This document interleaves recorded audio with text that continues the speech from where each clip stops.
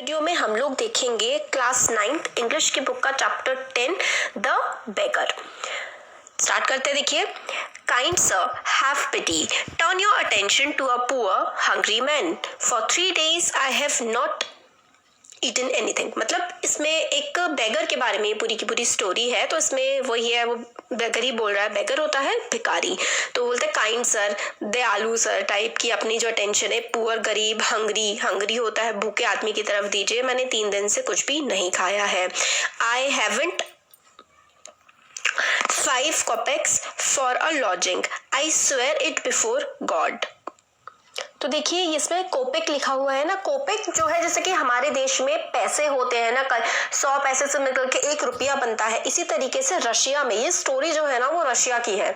तो रशिया में जो कोपेक होता है ना, वो मतलब उनकी जो करेंसी है रूबल होती है, वो रूबल से कुछ कम होता है गैस। मतलब आप ये समझ लीजिए पैसे के इक्वल है ये कोपेक जो है। तो I haven't have 5 kopeck for a lodging. Lodging जो है वो होता है किराए का घर या फिर रेंटेड हाउस। तो ये कहते हैं कि मेरे पास किराए के घर के लिए 5 कोपेक्स भी नहीं है। I swear it before God, मैं भगवान के आगे कसम खाता हूँ।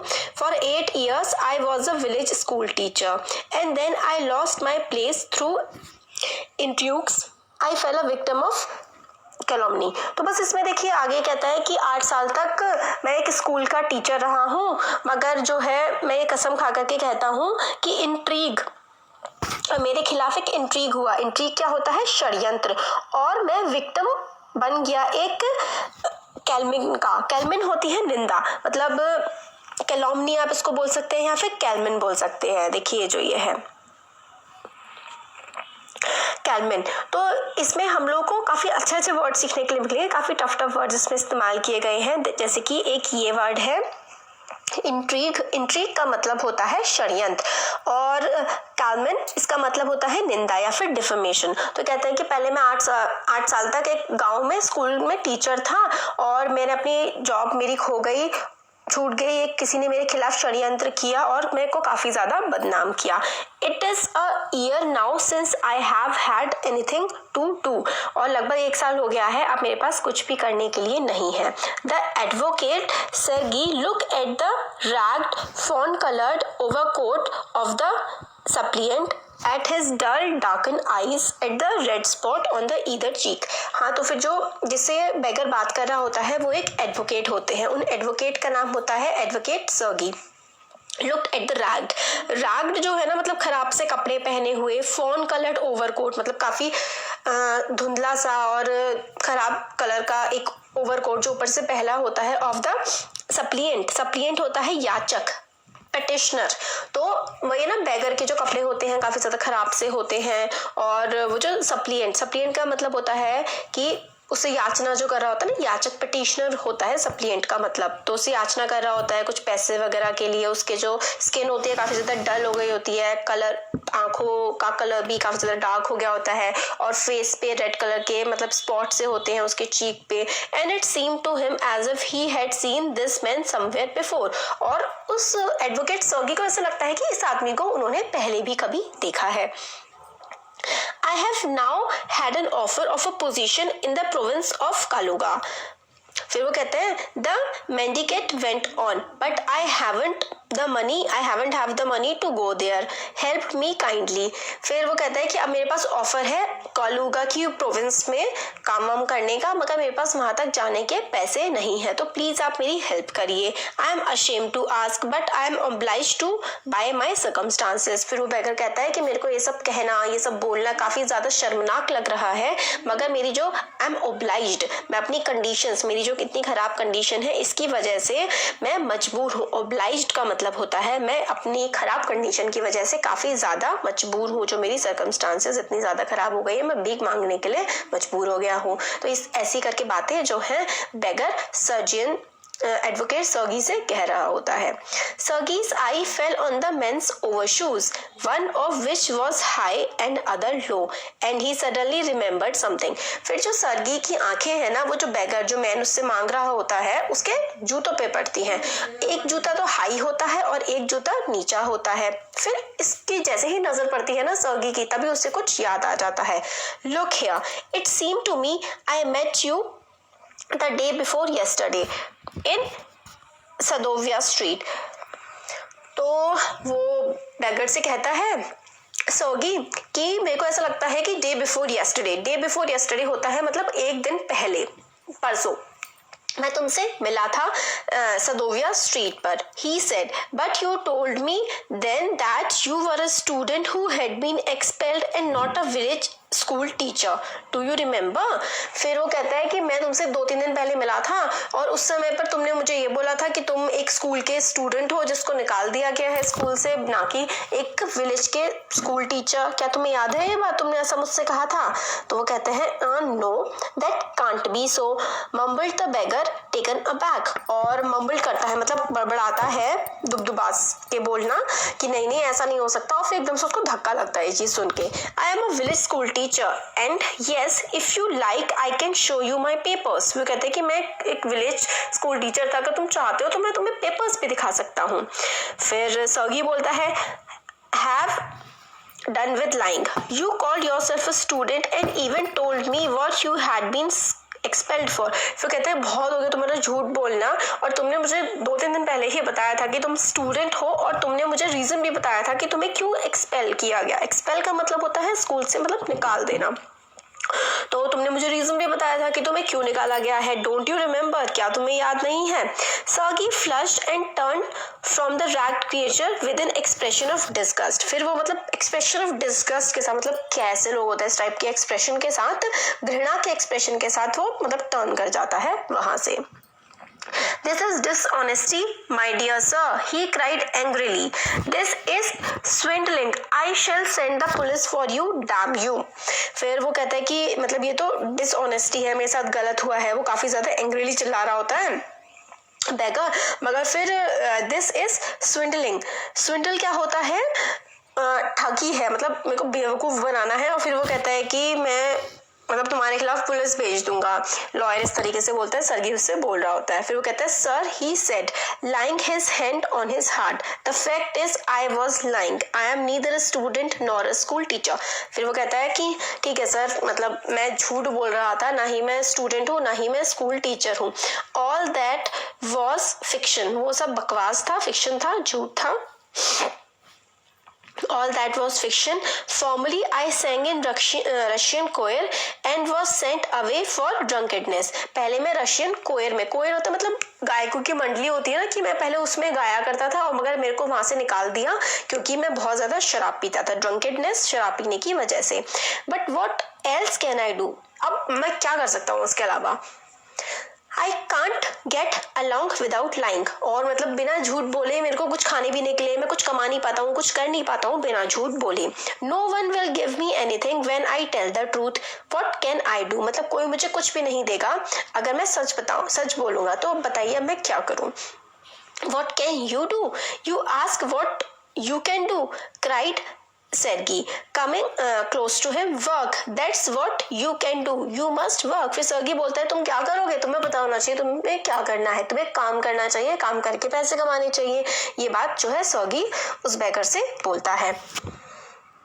Work, yes, I know that myself, but where I can find work? How would you like to chop wood for me? फिर वो कहता है कि वर्क, अच्छा ठीक है मुझे पता है वर्क करना चाहिए, बट मुझे काम कौन देगा, मुझे काम कहाँ मिलेगा। तो सर्गी बोलते हैं क्या तुम मेरे लिए वुड चॉप करोगे, वुड चॉप मतलब लकड़ियाँ काटोगे क्या तुम मेरे लिए।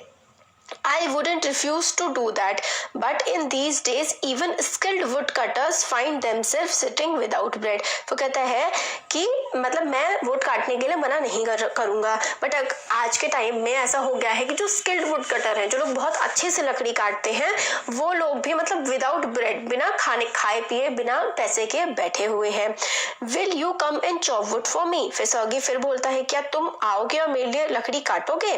Yes sir, I will. सर्गी बोलता है कि हाँ मैं करूंगा।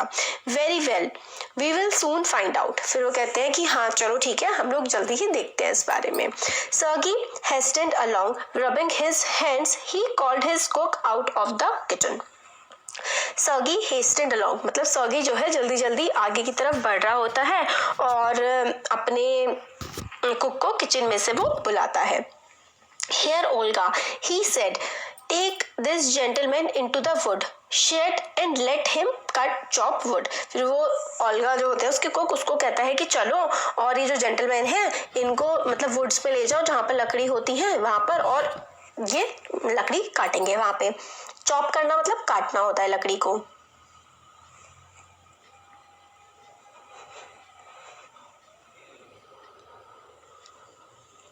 हाँ देखिए तो आगे इसमें है the scarecrow of a beggar shrugged his shoulders as if in perplexity sorry।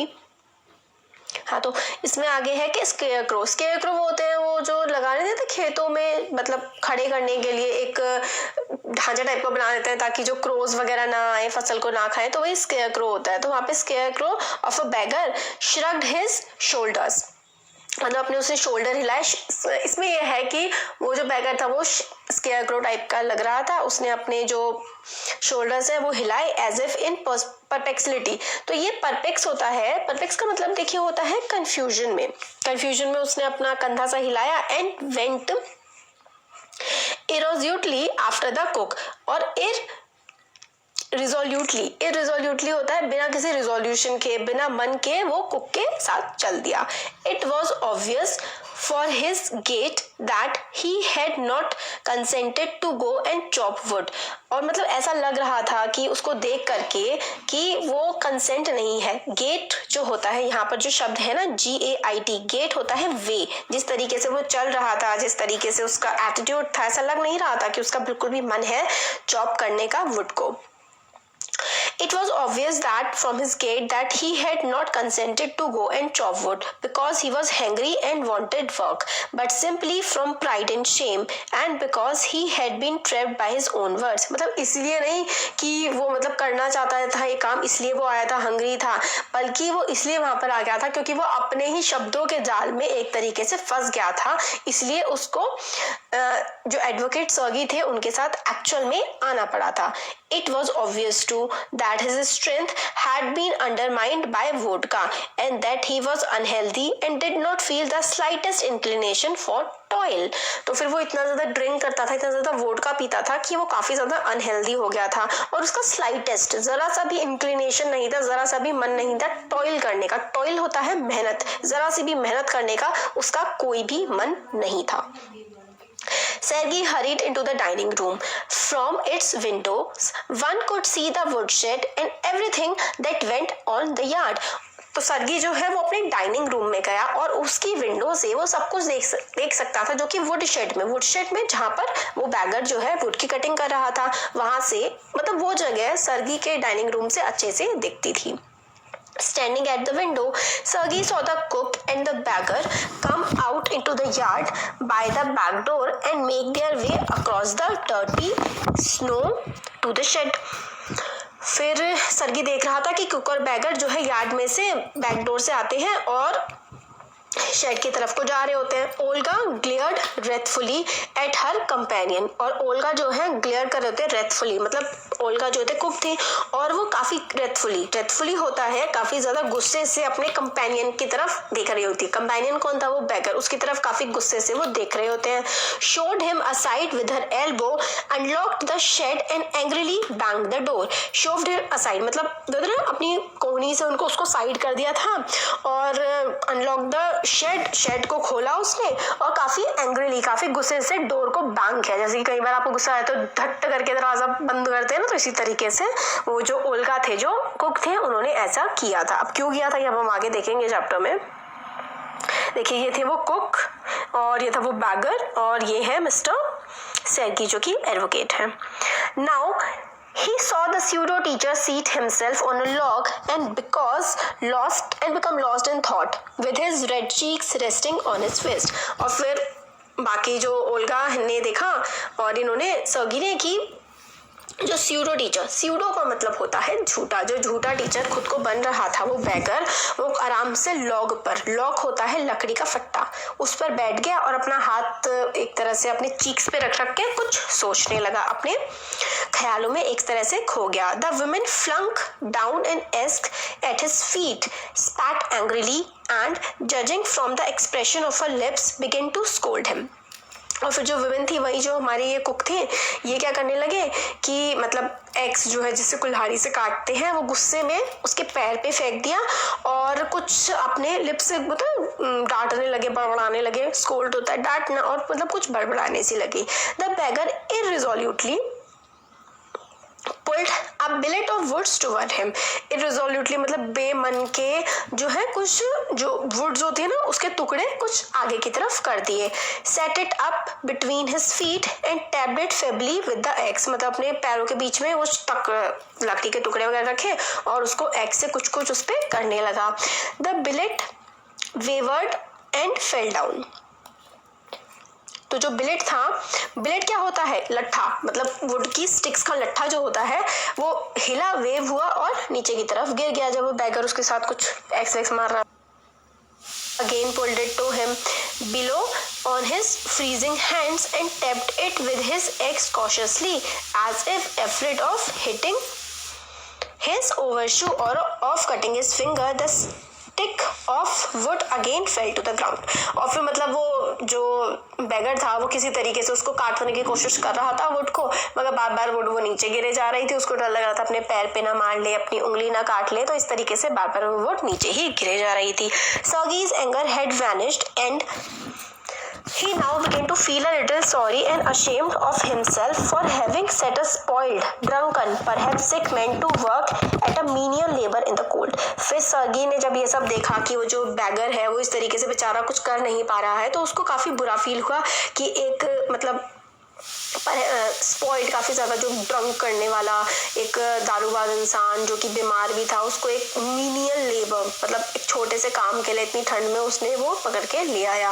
N hour later Olga came in and announce that the wood had been chopped. फिर 1 घंटे बाद लगभग ओल्गा आए और उन्होंने कहा कि मतलब वुड जो है वो कट चुकी है। Good, give him ½ rouble said Sergei. फिर सर्गी ने कहा, जो एडवोकेट थे, कि चलो अच्छी बात है, और ये जो है बैगर, इसको मतलब जो पर्सन है जो लकड़ी काटने में कुछ हेल्प कर रहा था, इसको ½ रूबल दे दो, ½ रूबल दे दो।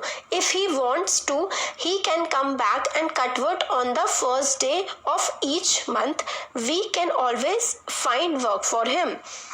तो फिर वो कहता है कि अगर ये चाहता है तो ये वुड काटने के लिए आ सकता है हर मंथ के फर्स्ट डे को, और हम इसके लिए कुछ ना कुछ काम ढूंढ देंगे।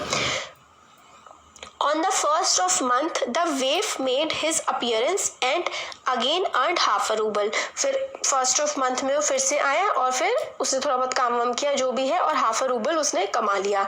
Although he could barely stand on his legs, मतलब barely, मुश्किल से ही तो वो अपने पैरों पे खड़ा हो पा रहा था, फिर भी वहाँ आकर के वो ½ रूबल कमा लेता था। From that day on, he often appeared in the yard। उस दिन से फिर वो काफ़ी ज़्यादा वहाँ पर यार्ड में आने लगा सर्गी के। And every time work was found for him, और हर बार कोई ना कोई उसके लिए काम ढूंढ लिया ही जाता था। Now he would shovel snow मतलब कि स्नो शॉवल करने का क्या होता है, देखिए रशिया में ना बहुत ज़्यादा बर्फ़ पड़ती है, तो सड़क पे से या फिर जगह जो भी एरिया होता है ना वहाँ से जो है स्नो को हटाना पड़ता है। तो वो शो को शॉवल करने का काम करने लगा वो आदमी, मतलब स्नो को एक तरह से आप कहिए कि किसी टूल से हटाने का भी काम करने लगा। Now put the woodshed in order, now beat the dust out of rugs and mattress. तो कभी कभी वो लकड़ी जो है वो ठीक से लगा दिया करता था, कभी वो मैट्रेस से डस्ट झाड़ दिया करता था। Every time he received from 20 to 40 कॉपेक्स। तो हर बार उसे 20 से 40 कॉपेक्स पैसे, जैसे कि हमारे देश में चलते हैं वहाँ कॉपेक्स चलते हैं, जो रूबल है वहाँ पे रुपये के इक्विवेलेंट होता है। जैसे रुपया हो गया तो रूबल, और रूबल से छोटा कॉपेक। रूबल जो है करेंसी है रशिया की। हाँ, तो 20 से 40 कॉपेक्स उसको मिल जाते थे काम करने के। And once even a pair of old trousers were sent out to him, और एक बार तो उसको पुराना ट्राउजर्स मतलब पैंट्स वगैरह भी उसको दे दिए थे। When Sergei moved into and the house he tried him to help in the packing and hauling of the furniture। फिर सर्गी ने जब दूसरे घर में वो मूव किया तो उस पर्सन जो वो बैगर था उसने पैकिंग वगैरह करने में और हॉलिंग काम वाम बाकी सारा करने में, खींचने वीचने में, हॉलिंग का मतलब होता है फर्नीचर खींचने, इन सब में हेल्प करी। This time the वेफ was sober, gloomy and silent. इस टाइम जो वेफ थे वो काफ़ी ज़्यादा सोबर थे, मतलब ग्लूमी, दुखी से थे और साइलेंट से थे। ही hardly touch the furniture and walk behind the vegans hanging his head, not even making a pretence on appearing busy. फिर उस टाइम पे मतलब वो काफ़ी ज़्यादा बीमार टाइप के थे, मतलब काफ़ी दुखी से थे, ग्लूमी साइलेंट से थे। उन्होंने फर्नीचर को टच भी नहीं किया और वेगन होता है एक गाड़ी टाइप की, पीछे की तरफ चले गए और प्रिटेंस भी नहीं किया कि मतलब वो बिजी है। He only shivered in the cold and become embarrassed when the carters jeered at him for his idleness, his feebleness and his tattered fancy overcoat. After the moving was over, Sergei sent for him. फिर मतलब वही जो था, वो जो person, उसने मतलब कुछ ज़्यादा काम नहीं किया, काफ़ी ज़्यादा खुद को एम्बैरेस सा फील वो कर रहा था, वो अच्छा सा फील नहीं कर रहा था। फिर उसके बाद सारा का सारा काम हो गया तो सर्गी ने उसको बुलाया। Well, I am happy that my words have taken effect, he said, handling him a rouble, hairs for your pains, I see you are sober and have no objection to walk. What is your name? फिर देखिए sober word है यहाँ पे। एक तो होता है drunk, जो ड्रंक होता है इंसान, वो पियक्कर टाइप होते हैं। फिर सोबर जो उसे ड्रिंक वगैरह नहीं कर रखी होती है। तो पर्सन जो है काफ़ी ज़्यादा ये सर्गी के पास आने लगा था, थोड़ा बहुत काम कर देता था या फिर काम करने का नाटक वाटक कर देता था। बट अभी जब सर्गी जो मूव कर रहा था तो उस टाइम पे देखते हैं कि वो कुछ काम भी नहीं कर रहा है, काम करने का नाटक भी नहीं कर रहा है, बस वहाँ पे यार्ड के पीछे की तरफ जाकर के वो नॉर्मली सा बस बैठ गया है, मतलब खड़ा हुआ है। फिर सर्गी बोलते हैं कि मैंने तुम पे चेंज देखा है, अब तुम सोबर लग रहे हो और चलो अपना नाम बताओ। तो उसका नाम होता है लशॉफ। लशॉफ उसका नाम होता है। Well Lushkoff, I can now offer you some other cleaner employment, can you write? फिर वो कहते हैं कि अब मैं तुम्हें थोड़ा अच्छा काम ऑफर कर सकता हूँ, क्या तुम लिख सकते हो? तो लशॉफ बोलता है yes I can. Then take this letter to a friend of mine tomorrow and you will be given some copying work to do। फिर वो कहते हैं कि अगर तुम लिख सकते हो तो ये जो लेटर है, कोई लेटर देते हैं और कहते हैं कि ये मेरे फ्रेंड के पास ले जाओ और तुम्हें कुछ कॉपिंग का वर्क, कॉपी करने का काम मिल जाएगा। Work hard, don't drink and remember what I have said to you, good bye. वो कहता है कि अच्छे से काम करना, ड्रिंक मत करना और मैंने जो तुमसे कहा है उस काम को बढ़िया तरीके से करना। फिर उसको गुड बाय वो बोलते हैं। अब एक काम करते हैं, थोड़ा सा चैप्टर और बचा है, फिर वीडियो काफ़ी लंबी हो जाएगी, ये 30 मिनट से भी ऊपर की पहुंच जाएगी, तो हम नेक्स्ट वीडियो में ये वाला आगे का चैप्टर कंटिन्यू करते हैं।